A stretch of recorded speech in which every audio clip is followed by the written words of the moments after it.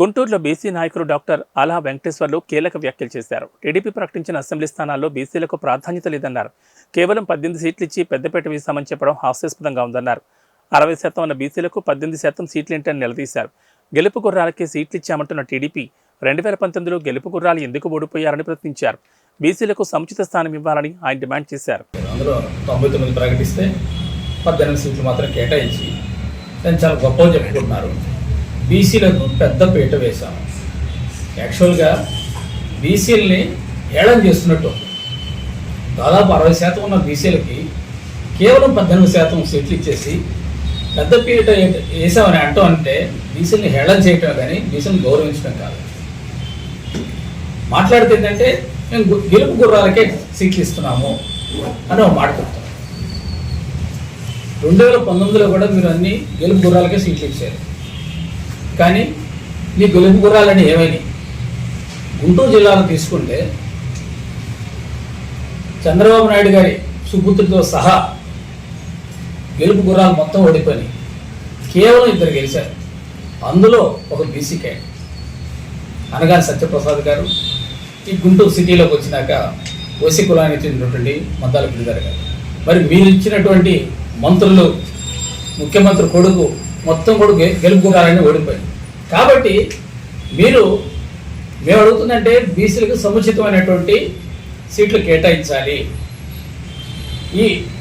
వీళ్ళు జనాభా నిష్పత్తిలో కనీసం ప్రతి పార్లమెంట్ సెగ్మెంట్లో 7 సీట్లలో 3 సీట్లు బీసీలు కేటాయించాల్సిన అవసరం ఉందని చెప్పేసి మేము బీసీ సంఘాల తరఫున, సోషల్ జస్టిస్ మూవ్మెంట్ తరఫున మేము డిమాండ్ చేస్తున్నాం.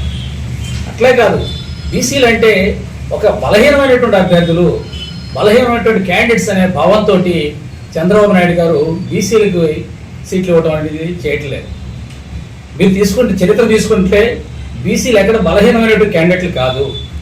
మీ పార్టీ అధినేత అయినటువంటి ఎన్టీ రామారావుని ఓడించింది ఒక బీసీ. ఆ రోజు కల్వకుర్తి నియోజకవర్గంలో ఎన్టీ రామారావు గారిని ఓడించింది ఒక బీసీ క్యాండిడేట్. అట్లానే ఎన్టీ రామారావు గారి హవా బ్రహ్మాండంగా జరుగుతున్నప్పుడు గుంటూరు నగరంలో 1985లో మొట్టమొదటిసారిగా టీడీపీని ఇక్కడ ఓడించింది కూడా ఒక బీసీ అభ్యర్థి అయినటువంటి చంద్రబాబు జయరాంబాబు గారు. కాబట్టి బీసీ అభ్యర్థుల్ని ఎక్కడ కూడా మీరు వాళ్ళకి ధనం లేకపోవచ్చు, ధనబలం లేదు కానీ జనబలం ఉంది.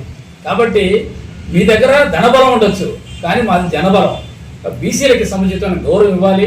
బీసీలకి ఏ పార్టీ అయితే సముచితమైన గౌరవం ఇస్తుందో ఆ యొక్క పార్టీలనే ఆదరించమని చెప్పేసి మేము బీసీ సంఘాల తరఫున మా ప్రజలకు మేము విజ్ఞప్తి చేసి, ఏ పార్టీ ఎక్కువ సీట్లు ఇస్తే ఆ పార్టీకే బీసీలు మద్దతు ఇచ్చే విధంగా మేము గ్రామ స్థాయికి వెళ్ళి ప్రజల చైతన్యవంతం చేస్తాం.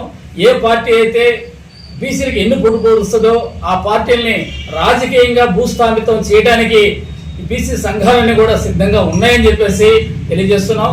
బీసీలను చులకనగా చేస్తే పేరుకి మాత్రం బీసీలు మా పార్టీకి వెన్నుముక అని చెప్పేసి బీసీలకి ఎన్ని పోటు పొడిచే పరిస్థితులు తీసుకొస్తే మాత్రం మేము ఇంకా సహించే పరిస్థితుల్లో లేము.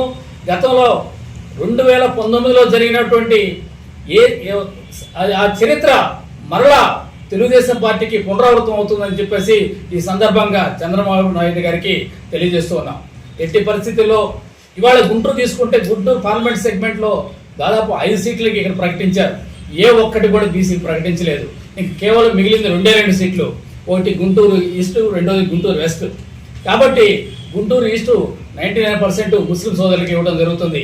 కాబట్టి గుంటూరు వెస్ట్ కనుక బీసీలు కనుక గుంటూరు వెస్ట్కి కాదు, ఇప్పుడు ప్రకటించిన వాటిలో కూడా ఏదో ఒకటి క్యాన్సిల్ చేసి కనీసం 2 సీట్లు బీసీలకి, 1 సీటు ముస్లిం మైనారిటీ కేటాయించకపోతే ఎట్టి పరిస్థితుల్లోనూ మేము ఈ పార్టీకి వ్యతిరేకంగా గట్టిగా చేస్తాం.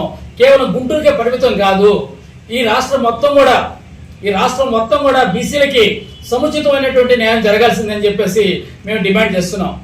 ఇప్పటికీ దాదాపు వైసీపీ కేటాయించినటువంటి వాటిల్లో దాదాపు పార్లమెంట్లో తీసుకుంటే 50% దాకా బీసీ అభ్యర్థులు ఉన్నారు. మరి టీడీపీ ఎందుకు కేటాయించదని చెప్పేసి సందర్భంగా మేము ప్రశ్నిస్తున్నాం.